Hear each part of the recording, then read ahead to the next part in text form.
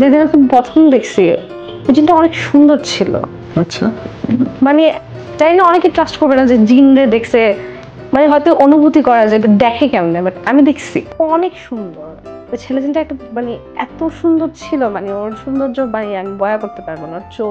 ওর চোখগুলো পুরা green colour ছিল, কেমন জানি সাপের মতো। আমি কান্নাকাটি করলেও মনে হতো যে আমার মাথা হাতায় দিয়ে চলে যেতেছে।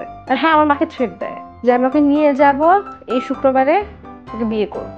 আর ওকে যদি কেউ মানে কাউকে বিয়ে দেন কখনো ফিউচারে, তাহলে হয়তো ওই ছেলেকে মেরে ফেলবো। ঠিক আছে, আমার বাসার মধ্যে মানে কোনো কারণ ছাড়াই ঠিক রাতে 11:30টার দিকে একটা ঘুঙুর আওয়াজ আমার ঘুম ভাঙতো। আমার খুব আর্লি ঘুমাইতাম। ঘুঙুরের আওয়াজ, নুপুরের আওয়াজ। হ্যাঁ, ছুন ছুন একটা আওয়াজ ঘুমিয়ে যেত।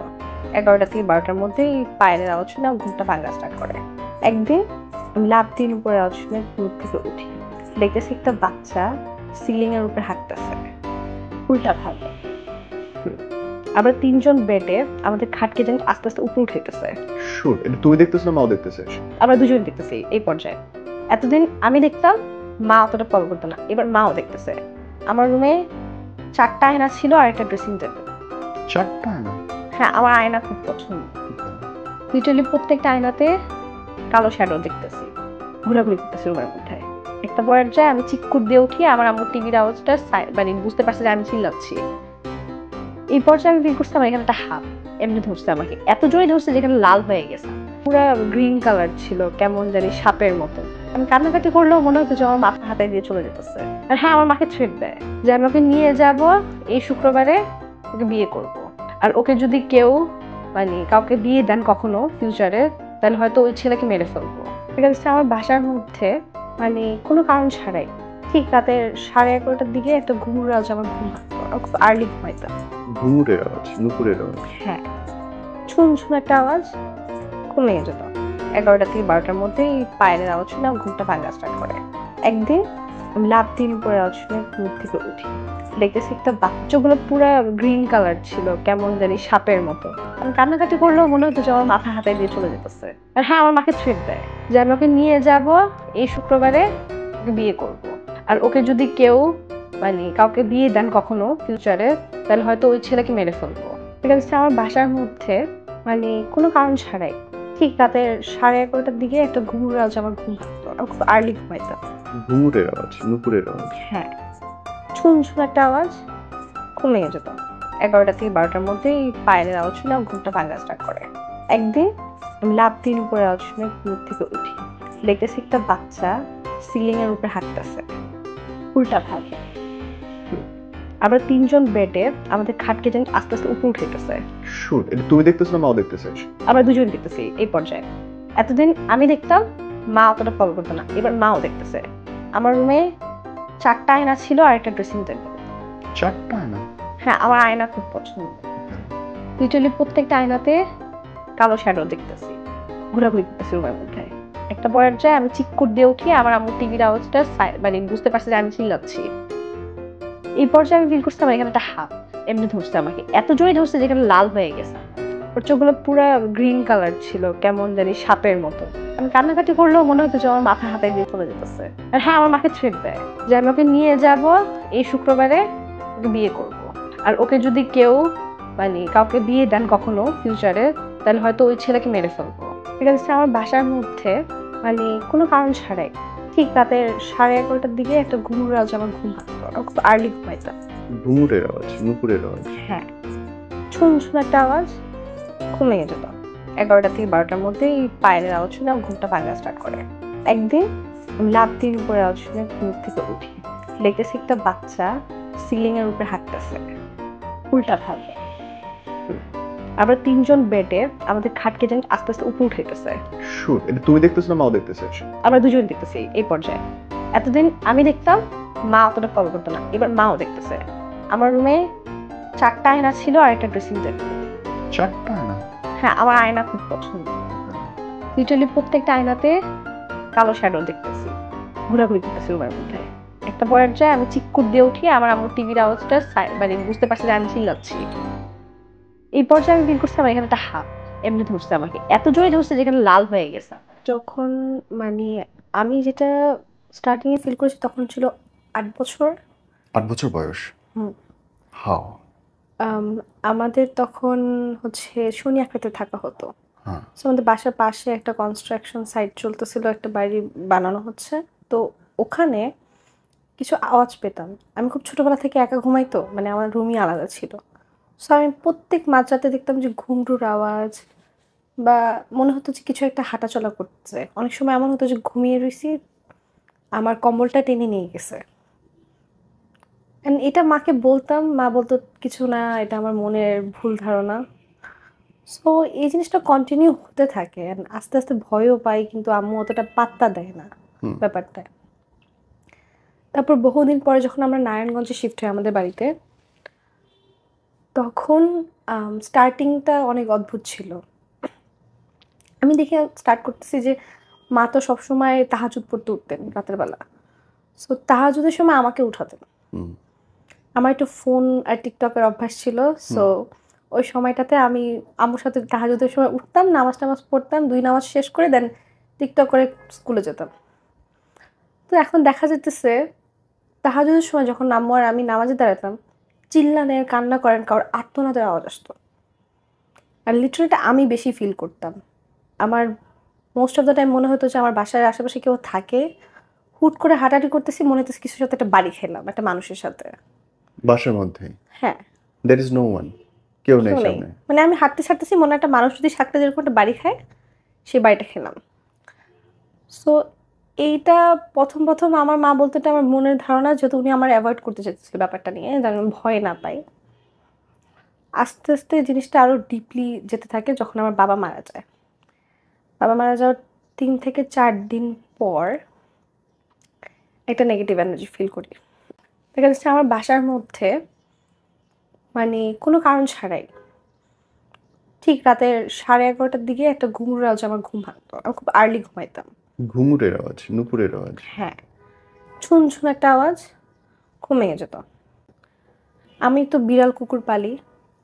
ওরা অনেক সময় আমার রুমের একটা কর্নারের দিকে তাকায় থাকতো দীর্ঘ সময় যাবত। কিছু নেই, কোনো বাটারফ্লাই নেই, কোনো ইনসেক্ট নেই, ওরা এমনি তাকিয়ে থাকতো। মাকে বলতাম যে কিছু একটা আছে, আমার মনে হয় কিছু একটা আছে। আর মা এটা খুবই আনন্যাচারালি অ্যাভয়েড করতো ব্যাপারটা, যে না কিছু নাই, এটা তোমার মনের ধারণা, তুমি এগুলো নিয়ে ভাবো, আমি হরর মুভি অনেক বেশি দেখি, এজন্য মনে মনে নাকি কল্পনা করতেছি। এমন যেতে থাকে। সাডেনলি একটা দিন, ওই দিনটা দুনিয়ার সবচেয়ে খারাপ দিন যদি বলতে পারি আমার লাইফের, ওই দিনটা ছিল।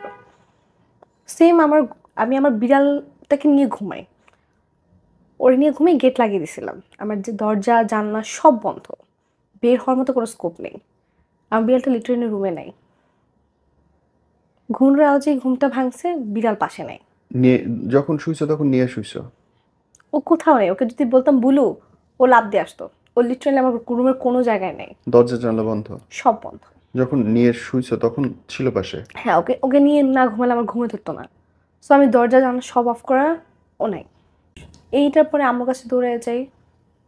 আম্মু বলে এটা আমার মনের ধারণা, আমি বিড়াল নিয়ে ঘুমাইনি, শুধু শুধু এটা ভাবতেছি আমি। তাহলে বিড়ালটা গেল কই? পরে দেখি আমার বিড়ালটা আসছে, আমাদের মেইন গেট খোলার পরে ও রুমে মাত্র ঢুকতেছে। তো আমি কি নিয়ে ঘুমাইছি, এই কিউরিওসিটিটা প্রায় আমার কয়েকদিন যায়। আর ওই রেগুলারলি 11:30 থেকে 12টার মধ্যেই পায়েলের আওয়াজ শুনে আমার ঘুমটা ভাঙা স্টার্ট করে। একদিন আমি লাফ দিয়ে উপরের আওয়াজ শুনে ঘুমের থেকে উঠি, হ্যাঁ। দেখতেছি একটা বাচ্চা সিলিং এর উপরে হাঁটতেছে উল্টা ভাবে। Shit. একটা ছোট বাচ্চা, অনেক লম্বা চুল, ওর ফেস পুরো ঢাকা, স্কিন মনে পচে নীল হয়ে গেছে এরকম। এটা দেখার পরে আমার মনে হয় মানে আমি কথা বলতে পারতেছিলাম না। আমি নিজের সান্ত্বনা দিতেছিলাম যে না, এটা আম্মু বলছে, এটা আমার হ্যালুসিনেশন। কত বছর বয়স বাচ্চাটা? এটা 3, 4, 5 বছরের বাচ্চা যেরকম হয়, ছেলে বাচ্চা। কিন্তু চুল অনেক বড়, এটা ছেলে বাচ্চা বুঝাই গেছে, বাট চুল বড়, অনেক বড়। আমি যে ওটা দেখে লাফ দিয়ে উঠবো, তখন দেখতেছি আমার সোফাতে একটা মহিলা, অনেক লম্বা চুলালা মহিলা বসে আছে, আমার দিকে অনেক বড় বড় চোখ করে তাকায় আছে। ওইটা দেখে আমি মানে কন্ট্রোল করতে পারিনি, মানে আমি ওটা দেখেই লাফ দিয়ে দৌড় দিতে গেছি। যেই দৌড় দিব দেখি মাথা কাটা একটা মহিলা আমার সামনে দাঁড়ায় আছে। এই সেই দিনের ভয়টা, কোনো মাথা নেই ওর, কোনো মাথা নেই ওর, লাইক লিটার ব্লিডিং হইতেছে। খুব পুরানো, আগে যুগে দাদিরা যেরকম কাপড় পরতো ওরকম একটা কাপড় পেঁচানো শুধু শরীরে, ওর মাথা নেই। আমি কোনো রকম অ্যাভয়েড করে দৌড় দিয়ে মার কাছে গেছি, মাকে বলছি মা এটা হয়েছে। মা দেখতেছে আমার পুরো শরীর ঠান্ডা হয়ে আছে। উনি বলতেছে এমন কিছু না, এটা এটা তোমার ভুল ধারণা, রুমে কিছুই নাই। এবার মাও নুপুরের আওয়াজ শোনা স্টার্ট করছে সেদিন। পুরা বাড়িতে এত ছনছনের আওয়াজ, আমার ছোট ভাইটা ঘুমাইছিল, ও লাফতে উঠছে। আমরা 3জন বেডে আমাদের খাটকে যেন আস্তে আস্তে উপরে উঠাইতেছে। শুট, এটা তুমি দেখতেছো না মাও দেখতেছে? আমরা দুজনই দেখতেছি এই পর্যায়ে। এতদিন আমি দেখতাম, মা অতটা ফলো করতো না, এবার মাও দেখতেছে। ওই বাচ্চাটা আসে আর লিটারালি আমার এখানে একটা স্ক্র্যাচ করছে, একটা হালকা স্ক্র্যাচ।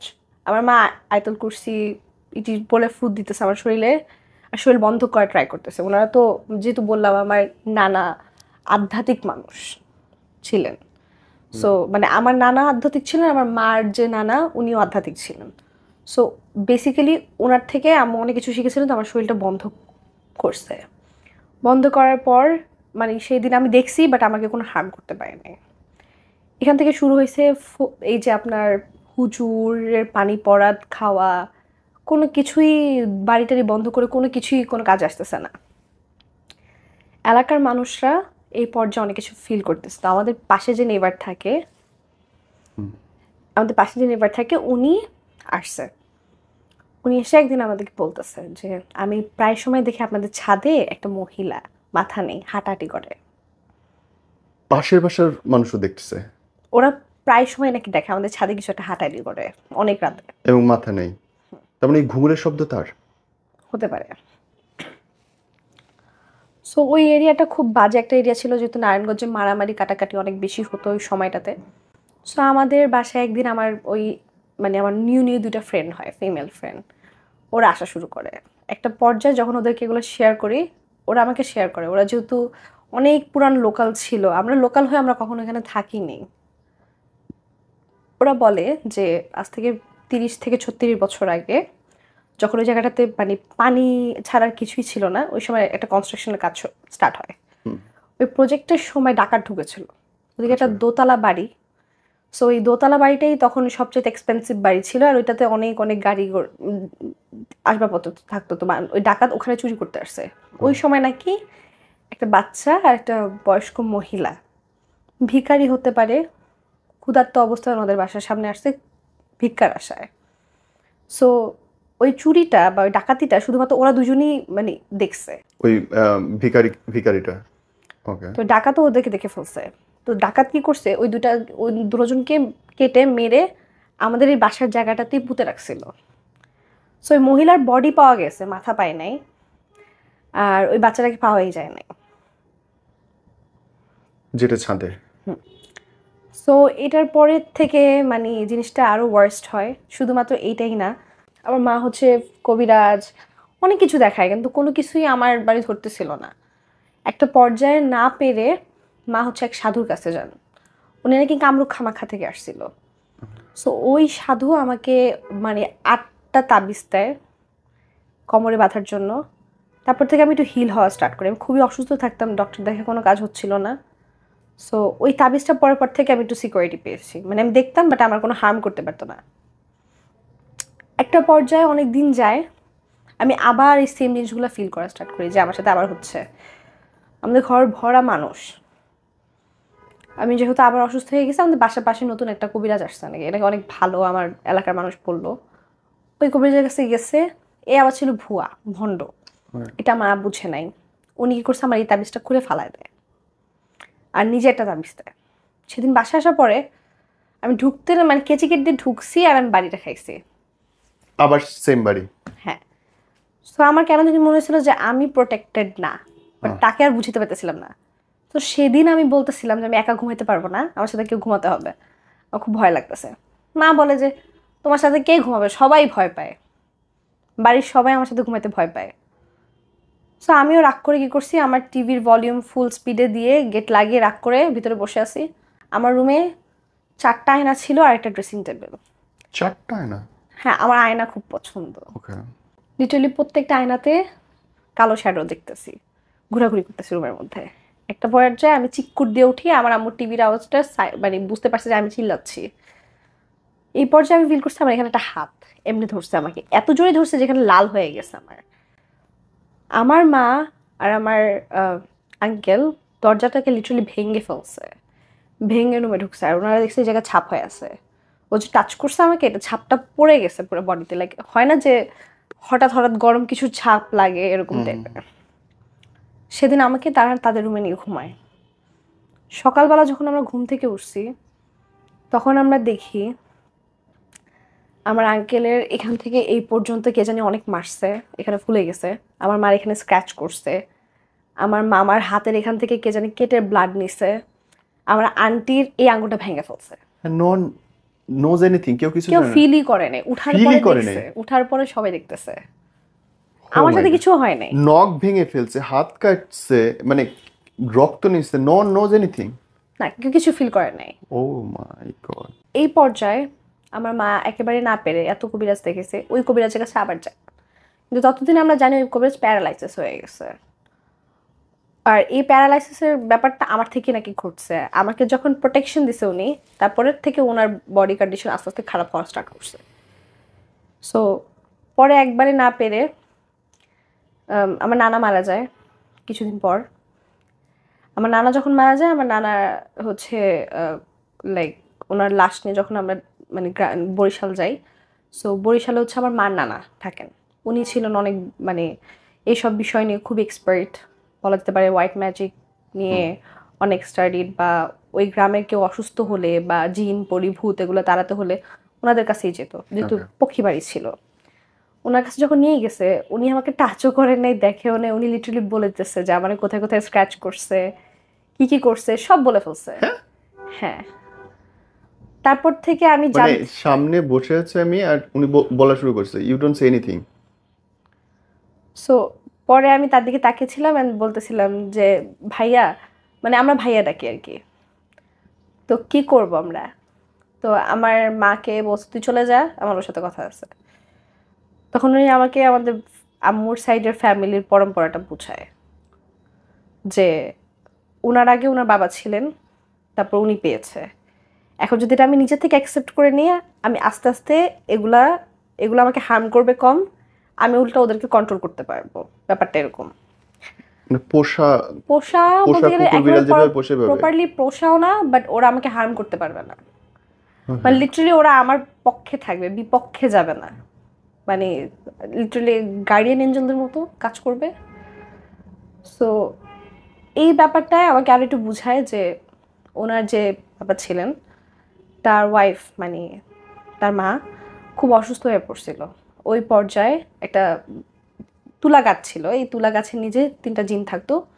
ওনাদেরকে বলা হয়েছিল যে আমার ওয়াইফ অনেক অসুস্থ, আমার বউকে আমি অনেক ভালোবাসি, আমার বউকে আমি সুস্থ চাই। বেসিক্যালি ওনাকে একটা বদজিন ধরছিল। তখন ওরা বলছে যে আমরা তোমার ফুল ফ্যামিলিকে প্রোটেকশন দিব, তার বিনিময়ে আমার একটা কিছু লাগবে। তোমার পরের বংশের 5 ছেলেকে আমি নিয়ে যাব, মানে বয়সের আগে নিয়ে যাবে। ও মাই মাই। আনন্যাচারাল ডেথ হবে, আর খুবই অদ্ভুত ডেথ হবে। শুট, মাথা ঘুরতেছে আমার ভিতরে। হ্যাঁ, তারপরে উনি এটা অ্যাকসেপ্ট করে। আর ওনার মা লিটারালি 205 বছর বাঁচছে। হ্যাঁ, রিসেন্টলি ডেথ হয়েছে, মানে 3 বছর হয়েছে তার মৃত্যু হয়েছে। 205? হ্যাঁ, মানে 3 বছর হয়েছে তার মৃত্যু ডিড ইউ হয়েছে। Seen her? তারপর সে মরেনি। তুমি দেখছো তাকে? হ্যাঁ, আমি দেখছি। হাউ উনি লাইক লাঠি নিয়ে গোসল করতে নামতো আমার চোখের সামনে। মানে আমি বলতাম যে লিটারালি আমরা 55 হয়ে গেলে এতটা স্ট্রং থাকি না, যে উনি 205 বছরে একটা লাঠি নিয়ে পানির কাছে নামে। খুবই আনন্যাচারাল ছিল, বাট ওনার ডেটটাও আনন্যাচারাল হয়েছে। কারণ ওনার যে ছেলের বউ তাকে বালিশ চাপা দিয়ে মেরে ফেলছে, মানে আমার মার মামি। মানে হ্যাঁ, কারণ উনি বোঝা হয়ে গেছিল সবার কাছে যে এত বয়স যাবৎ বাঁচতেছে, তাকে বেটে খাওয়ানো লাগে। অনেক অনেক বাজে একটা সিন ক্রিয়েট হয়েছে। তো এই পর্যায়ে উনি বলছিল যে প্রথমে উনি সবাই ডেথ দেখবে, তার ছেলে সবগুলোর ডেথ দেখবে, তারপরে সে মরবে। সো ছেলেগুলোর উপরে এফেক্ট কম পড়ছে, ছেলেদের বাচ্চাদের উপরে এফেক্টটা পড়ছে। এটা ঘুরে তাদের ছেলেদেরকে নিয়ে গেছে। এর মধ্যে আমার নানা লাস্ট ছিল, আমার নানাকে নিয়ে মারা যাওয়ার পরে তারপরে উনি মরছে। তো এটা সবার উপরে সিঙ্ক হয় না। ওনার পর আমার মার উপরে সিঙ্ক হয়েছিল, আর আমার মার থেকে আমার উপরে সিঙ্ক হয়েছে এটা। এখন যেহেতু ওরা আমাকে চুজ করছে থাকার জন্য, যে ঝেলতে হবে তো এবার। হ্যাঁ, এখন ওরা বলতেছে যে তুমি যদি এটা নিজের থেকে ভয়টা কম পাও তাহলে তুমি এর সাথে থাকতে পারবা, মানে তুমি ক্লিয়ারলি একটা সেফ লাইফ লিড করতে পারবা। আর যদি তুমি ভয় পাইতে থাকো, এই ডিপ্রেশন, অ্যাংজাইটি, তারপরে হচ্ছে ওদের সাথে যে একটা পেইন আছে বা ওরা যে মানে ভয়টা দেখায়, এই ভয়টাই তোমাকে দমায় ফেলবে আস্তে আস্তে, আর তুমি সাইকো হতে থাকবা। সো ওই দিনও আমি অনেক ভয় ছিলাম, তবুও আমার মাকে বলছে যে আমাদের বাসায় যে দুটো অ্যান্টিটি আসছিল, এই দুটো অ্যান্টিটি আমার প্রতি অ্যাট্রাক্ট হয়েছে এই কারণেই, কারণ আমার গার্ডিয়ান অ্যাঞ্জেলদের প্রতি খেপা ওরা। যেই অ্যাঞ্জেলগুলো আমার সাথে থাকতেছে বেসিক্যালি ওরা হচ্ছে ভালো, ওদের উপরে খেপা, কারণ ওরা আমার প্রোটেক্ট করতেছে, আমাদের ফ্যামিলিকে প্রোটেক্ট করতেছে, এই জন্য ওরা লিটারালি ক্ষতি করতেছে আমাদেরকে। সো পরে আমাদেরকে বলছিল যে কোরবানি ঈদের সময় একটা গরু কোরবানি দিয়ে তার মাথার মাঝখানে নাকি একটা থাকে, ওই হাড্ডিটা বাসায় লাগালে পরে ওই ঝামেলাটা ক্লিয়ার হবে বা ওরা কিছু করতে পারবে না। কারণ বন্ধ করে দেখছে হুজুর টুজুতে কোনো কিছুই হয় না। আর 4টা প্যারাগের মতো ফুটু দিয়ে দিছিল, বলছিল 4 বাসায় 4 কোনায় বসায় দিতে। আমরা সেম ওই কাজটা করি, সব কিছু ঠিক হয়ে যায়। এবার আসে আমি গ্রামে যাই। সো আমি বললাম আমার এত কিছু হওয়ার পরে আমার আক্কেল হয় নাই, তবুও আমি মানে বিশ্বাস করতে চেতাম না। আমার মনে হতো যে আচ্ছা এইটা ট্রুথ ছিল, বাকিগুলো মনে হয় ফেক। আমাদের গ্রামের বাড়িতে একটা 3 বিটা জায়গা আছে, মানে এটাকে বলে বিটা বাড়ি, মানে মানে ট্রায়াঙ্গেল শেপের একটা জায়গা থাকে, ওগুলোকে বিটা বাড়ি বলে। সো আমার বোন আর আমি মিলে কথা বলতেছি যে ওখানে নাকি 7টা শয়তান থাকে বা ওটার মাথা থাকে, খুব খারাপ খারাপ জিন থাকে, সাপটাপ থাকে। একটা সময় এমনও হয়েছে নাকি গরু গেছে আর ওটা 2 ভাগ করে ফালাই দিছে। তো আমার বোন এগুলো বলতেছিল, আমাকে ভয় দেখাইতেছে। তো আমি বলতেছি যে ঠিক আছে, আমি এগুলো তো ভয় পাই না। আমি গেলাম, আমি বিটা বাড়িতে ঢুকে 3টা ছবি তুলছি, আর বোনকে দেখাবো যে দেখ এই যে ছবি টবি তুললাম, তুই দেখ কিছুই হয় না। ও বলছে তুই যে ওখানে গেছোস, তোর যদি কিছু হইতো। আমি বলছি কিছুই তো হয় না, আমি তো ঠিক আছি, মাত্র সুস্থ হয়ে আমার এখন আবার মানে। গেলাম বাসায় আসার পরে রাতে, গ্রামের বাড়ি যেহেতু একটু রাত হলে তো অনেক রাত, ঠিক রাতে 10টা বাজে আমাদের উপরে টিন উড়ায় নিয়ে গেছে। নক করতেছিল কে জানি দরজায়, আমার ফুপ্পি খুলে নাই, আমার ফুপ্পি 3বার ডাক দিছে কে। You listen it two?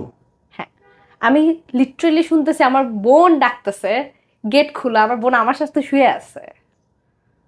ও আমার হাতে এমনি ধরছে যে তুই মানে উত্তর দিবি না। আমার ফুপ্পি বলতেছে, আমার ফুপ্পি ডাকতেছে কেন, কি কি লাগবে কি লাগবে কি লাগবে এমন করতেছে। সো আমার বোন আমার দিকে তাকায় রয়েছে যে দেখছিস তোরে বলছিলাম যাইতে না। ওই রাগে ওর ভয়েস আরো ডিপ হওয়া স্টার্ট করে, মানে খুব গম্ভীর ভয়েস হয়ে যায়, আর সেই জিদে চালু রাইফেলসে। বাসার দিন সকাল হয়, আমরা সকাল রাত সারা রাত এটা সহ্য করি।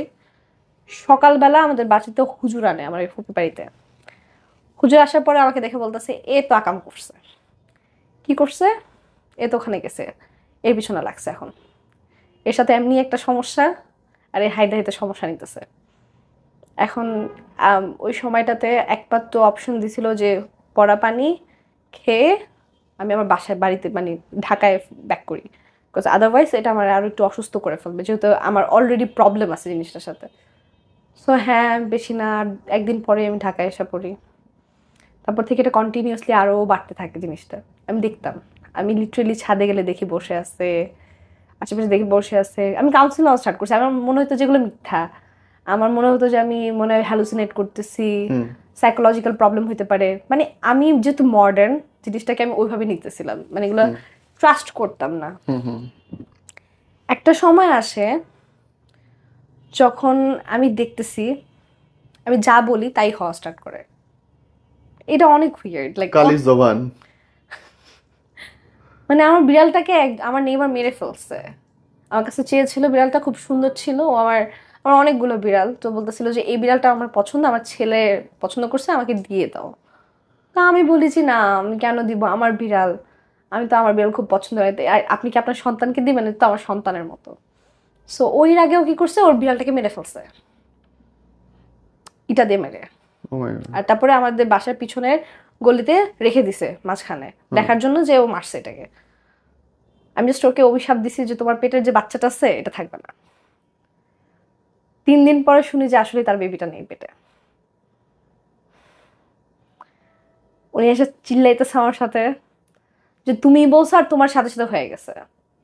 আর এটা মানে মোর অফটেন হওয়া স্টার্ট করে যে আমি যেটা বলি এটা হয়েই যায়, মানে এটা আমি কন্ট্রোল করতে পারতেছি না। লিটারালি আমাকে আমার সাথে যারা থাকে তারা ভয় পায় যে কখন আমি একটা উল্টা কথা বলবো আর এটা লেগে যাবে। এইটা আমার এই গার্ডিয়ানদের জন্য হয় যে আমার যদি রাগ উঠে, মানে আমি প্রচুর রাগ করতেছি, আমার খুব রাগ একটা মানুষের প্রতি, ক্ষোভ, অনেক ক্ষোভ। এখন এই ক্ষোভটা যখন আমার খারাপ কিছুতে পরিণত হয় আর আমি বলি যে হ্যাঁ ও এটা সাফার করবে, ওরা বেসিক্যালি ওদের ওদের ক্ষতি করে ফেলে। এখন আস্তে আস্তে জিনিসটা শিখতেছি যে কীভাবে কন্ট্রোল আনা যায়। যেহেতু আমার নানা, মানে আমার মার নানা, উনি বলে দিছে যে তোমার আগামী কয়েক বছর অনেক নিজেকে গুছাতে হবে, যে তুমি কি বলতেছো না বলতেছো এগুলো কন্ট্রোল রাখতে হবে, কারণ তোমার কথা অনেক মানুষ লেগে যাবে।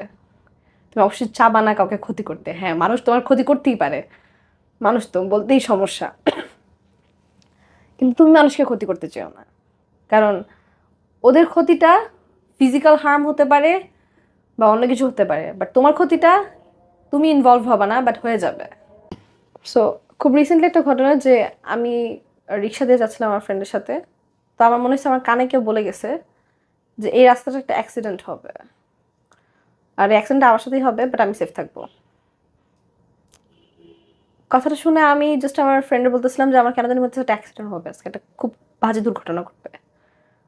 বলতে না বলতে পিছন থেকে একটা গাড়ি মেরে দিছে, রিক্সাওয়ালা ব্যথা পেয়েছে, আমরা দুজনের পিছন দিয়ে মারছে, আমরা কেউই হার্ম ফিল হয়নি। আমার একটা স্ক্র্যাচ পর্যন্ত লাগে না, আমার ফ্রেন্ডেরও একটা স্ক্র্যাচ লাগে নাই। যে জায়গায় আমরা ব্যথা পাওয়ার কথা সে জায়গায় সামনে একটা হকার ছিল, ওনার গায়ে লাগছে, আর রিক্সাওয়ালা ব্যথা পাইছে, ওর পা ছিলে গেছে। তো এমন প্রায় সময় হয় যে কিছু একটা ঘটার আগে আমাকে কেউ বলে দিতেছে, মানে কানের কাছে, যে এটা হবে। এবং আমি অফারে শুনছিলাম যে তুমি তো জিনের সঙ্গে দেখা হয়েছে এবং জিনের সঙ্গে প্রেম হয়েছে তোমার। হ্যাঁ, এটা 2021 থেকে স্টার্ট হয়েছে। আমার মনে হতো যে কিছু একটা, মানে ওই যে বললাম যে আমি গ্রাম থেকে আসার পর থেকে আমার মনে হয়েছে যে ওইটা ওখান থেকে লাগছে, ওই জিনটা, ও আর আমাকে ছাড়ে নাই। সো স্টার্টিংয়ে আমি ভয় পাইতাম না, কেমনে ভয় পাইতাম না, যেহেতু আমার ইউজ টু হয়ে গেছিলো। তো ফার্স্ট টাইম ওকে দেখছি, যেদিন ওকে প্রথম দেখছি, ওই জিনটা অনেক সুন্দর ছিল। আচ্ছা, মানে জানি না অনেকে ট্রাস্ট করবে না যে জিন রে দেখছে, মানে হয়তো অনুভূতি করা যায়, বাট দেখে কেমনে, বাট আমি দেখছি ও অনেক সুন্দর। ওই ছেলে জিনটা একটা মানে এত সুন্দর ছিল, মানে ওর সৌন্দর্য মানে আমি বয়া করতে পারবো না। ওর চোখগুলো পুরা গ্রিন কালার ছিল, কেমন জানি সাপের মতো। আর ওর দুইটা রূপ থাকতো, একটা হচ্ছে সাপ হয়ে আসতো, আর একটা হচ্ছে মানুষের মতো আসতো। সো এই কথাটা আমার নানা আমার মাকে বলছে, সরি আম্মু নানা আর কি মাকে বলছে, বলতেছে যে একটা জিন লাগছে ওর পিছনে আর ওকে বশ করার চেষ্টা করতেছে। এন্ড আমার মা কি বলে যে তুমি কি রিসেন্টলি কিছু হইতেছে, আমি খুব একা একা থাকতাম, বাসায় বের হইতাম না, আমার মনে হতো যে আমি সারাদিন রুমে থাকি। মানে আমার মনে হতো ও আসতো, আমি কান্নাকাটি করলেও মনে হতো যে আমার মাথা হাতায় দিয়ে চলে যেতেছে। হ্যাঁ, মানে আমি ফিল করতাম যে ওই যে বললাম না যে ধাক্কাটা যেরকম খাইতাম সেরকমই ওরা মানে হাতেই ফিল করতাম যে হ্যাঁ আসে ও। আমি কথা বলতাম একা একা ওর সাথে যে এটা এটা হয়েছে আমার সাথে, এটা এটা করছে মানুষ, ওইটা এটা হয়েছে, সারাদিনে সব গল্প ওর কাছে এসে বলতাম। সো আস্তে আস্তে আমি ওর প্রতি এডিক্টেড হওয়া স্টার্ট করি। মানে একটা জিন এত সুন্দর, আমি রিয়েল ওয়ার্ল্ডটা ভুলেই গেছি, আমি ওটার প্রতি ফুল ফোকাসড। পরে আমার মা এসে বলে যে ওরা দেখতে যেরকম দেখায় ওরা এরকম হয় না, তুমি যেরকম দেখতে পছন্দ করো ওরা ঠিক ওরকম হয়েই তোমার কাছে আসবে, তোমাকে অ্যাট্রাক্ট করতেছে নিয়ে যাওয়ার জন্য।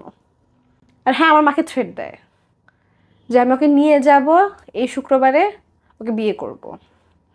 আর ওকে যদি কেউ মানে কাউকে বিয়ে দেন কখনো ফিউচারে, তাহলে হয়তো ওই ছেলেকে মেরে ফেলবো আর ওর ফ্যামিলিকেও ধ্বংস করে দেবো, এটা বলছে। সো আস্তে আস্তে হয় যে ও যে মানে আমার নানা, মানে আম্মু নানা, উনি যে কন্ট্রোল করতেছে, উনি তো অনেক কিছু করতেছিল দেশে বসে বসে, সো ও পেইন ফিল করতো এটা। আবার আমাকে বলতো যে জানো আমার সাথে না এটা এটা করতেছে তোমার ফ্যামিলি, আমি ব্যথা পাই। আর আমার এটা খুব কষ্ট লাগা স্টার্ট করে, আমি আমার ফ্যামিলির প্রতি অনেক বিরক্ত ফিল করি যে তোমরা কেন ওর সাথে এমন করতেছো। কারণ যেহেতু বন্ডেজ হয়ে গেছে একটা। হ্যাঁ, আস্তে আস্তে বন্ডেজ হয়ে গেছে, আমি তার সাথে সব শেয়ার করি, শেয়ার একটা মানে মেন্টাল সাপোর্টের মতো ছিল ওই সময়টা, যেহেতু আমি একা থাকতাম। লিটারেলি এইটা প্রায় অনেক টানা হয়। আমি স্বপ্নের মধ্যে দেখতাম তার সাথে আমি অনেক ঘুরতেছি, হ্যাঁ মানে সারাদিন ঘুরতেছি, সারা রাত ঘুরতেছি, এরকম স্বপ্নের মধ্যে দেখতাম। রিয়েল লাইফে আমার কাছে এসে বসে থাকতো, মানে অনেক ঘুরতেছিল। যখন ঘরের ভিতরে কেউ থাকতো না তখন মনে হতো যে ওর অ্যান্টিটিটা পুরো ঘরে ঘুরতেছে আমার সাথে, আর এটা আমি এনজয় করতাম। মানে একটা ছিল যে একটা টাইমে ভয় পাইছি, ওই ভয়টা ওর প্রতি কাজ করতো না, মানে আমি ওর প্রতি এতটা মানে দুর্বল হওয়া স্টার্ট করি। একটা পর্যায়ে দেখা যেতেছে যে মানে আমার মা ওইটা কন্ট্রোলে আনার ট্রাই করে। উনি মানে কবিরাজ দেখায়, আবার নানার কাছে যায়, নানার থেকে ওষুধ পানি সব নিয়ে আসে আমার জন্য। ওকে খুব কষ্ট দিয়ে সরাইছে আমার লাইফ থেকে, কারণ ও আমার জন্য একটা হুমকি ছিল যে আমি যেখানে ঘুমাইতাম ওখানে অন্য কেউ ঘুমাইতে পারবে না। ও সবাইকে বলে রাখছে যে আমার বিছানা যদি কেউ ঘুমায় তার ক্ষতি করবে ফার্স্ট, তারপরে আমি যদি কারোর সাথে রিলেশনশিপ রাখি তার ক্ষতি করবে, যদি কাউকে বিয়ে করি তার ক্ষতি করবে, আর ওকে যে সরাইতে চাইবে তাকেও ক্ষতি করবে। সো ও অনেক বড় একটা হুমকি হয়ে দাঁড়াইতেছিল। Starting it was good, but যখন আমার ফ্যামিলি ওকে কন্ট্রোল করা স্টার্ট করে আস্তে আস্তে দেখা যায় আমাকে হার্ম করা স্টার্ট করছে, আমাকে মারতো।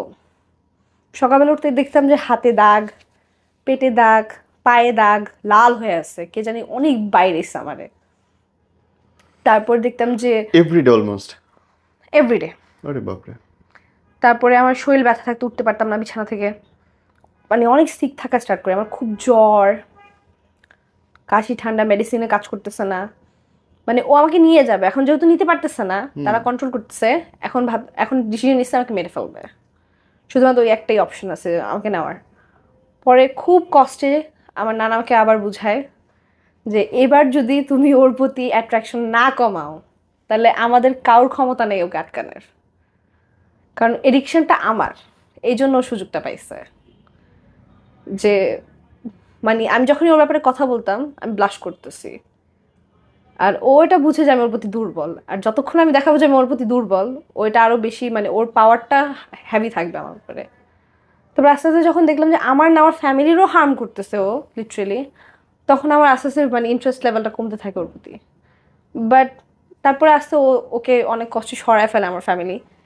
দেন এখন আর দেখি না, বাট হ্যাঁ ওইটা মানে মনে পড়ে আমার। মানে তোমার জন্য এত পাগল হয়েছিল জিনটা, and he wanted to marry you? হ্যাঁ, ও আমাকে নিয়ে যেতে চাইছে। ও মাই গড। তোমার জামাই যদি কেউ বিয়ে করো তারও ক্ষতি করতে চাইছে? হ্যাঁ। ও মাই গশ। এখন অবস্থাটা কি শরীরের? এখন আমার মনে হয় গার্ডিয়ান এঞ্জেলগুলো আছে যারা হচ্ছে প্রোটেক্ট করতেছে, বা মানুষের একটু রিভেঞ্জাস টাইপের। আমার লাইফে সবাই বলে আমি নাকি যার লাইফে যাই তার লাইফের কার্মা হয়ে যায়, আর তার জীবনের সব কর্মের ফল সে একদিনে ভোগ করবে, এরকম একটা, আমাকে যদি হার্ট করে থাকে সে। মানে তোমাকে হার্ট করলে বাঁচার উপায় নেই তার? ওকে। সো এই একটা বিষয়ে হচ্ছে খুব ভালো, আমার অ্যাবান্ডেন্স অনেক ভালো থাকে ওদের কারণে, মানে আমি সব দিক থেকে অনেক সাপোর্ট পাই। বাট তাছাড়া এখন নেগেটিভিটি যেগুলো ছিল ওগুলো এখন আর নেই, মানে তোমার কন্ট্রোলের মধ্যে আসছে এখন আমি এটা কন্ট্রোল করতে। নিজে নিজেই না তোমার নানুর মাধ্যমে? না, এটা আমি নিজে নিজেই পারছি Okay. আস্তে আস্তে, এখন আর ভয় লাগে না, এখন আর ভয় কাজ করে না। তুমি কি কাউকে হেল্প করতে পারো যদি ধরো যার জিনের সমস্যায় ভুগছে বা এরকম সমস্যায় ভুগছে? আমি প্রেডিক্ট করে দিতে পারি যে হ্যাঁ এটা হচ্ছে বা এটা হবে, এরকম টাইপের প্রেডিকশন আমার হয়ে যায়। এটা কেন হয় আমি কখনো অ্যাস্ট্রোলজি নিয়ে পড়ি না এইভাবে, কিন্তু আমার হয়ে যায়, মানে হ্যাঁ আমি প্রেডিক্ট করতে পারি যে ওর সাথে সমস্যাটা আছে। ওকে। তোর সলভে কাজ করতে পারো যে ওর তুমি এটা করো তাহলে ভালো হবে, এটা পারো? সলভে এখনো যেতে পারি নাই, বাট ইচ্ছা আছে যে আম্মু নানার থেকে শিখবো। তোমার নানা জীবিত এখনো? হ্যাঁ, উনি এখন মানে আমার নানা না, আমার মার নানা। মার নানা? বাপরে, কত বছর বয়স! উনি অনেক ইয়াং, উনার মাই তো কিছুদিন আগে মরছে। ও হ্যাঁ, 205।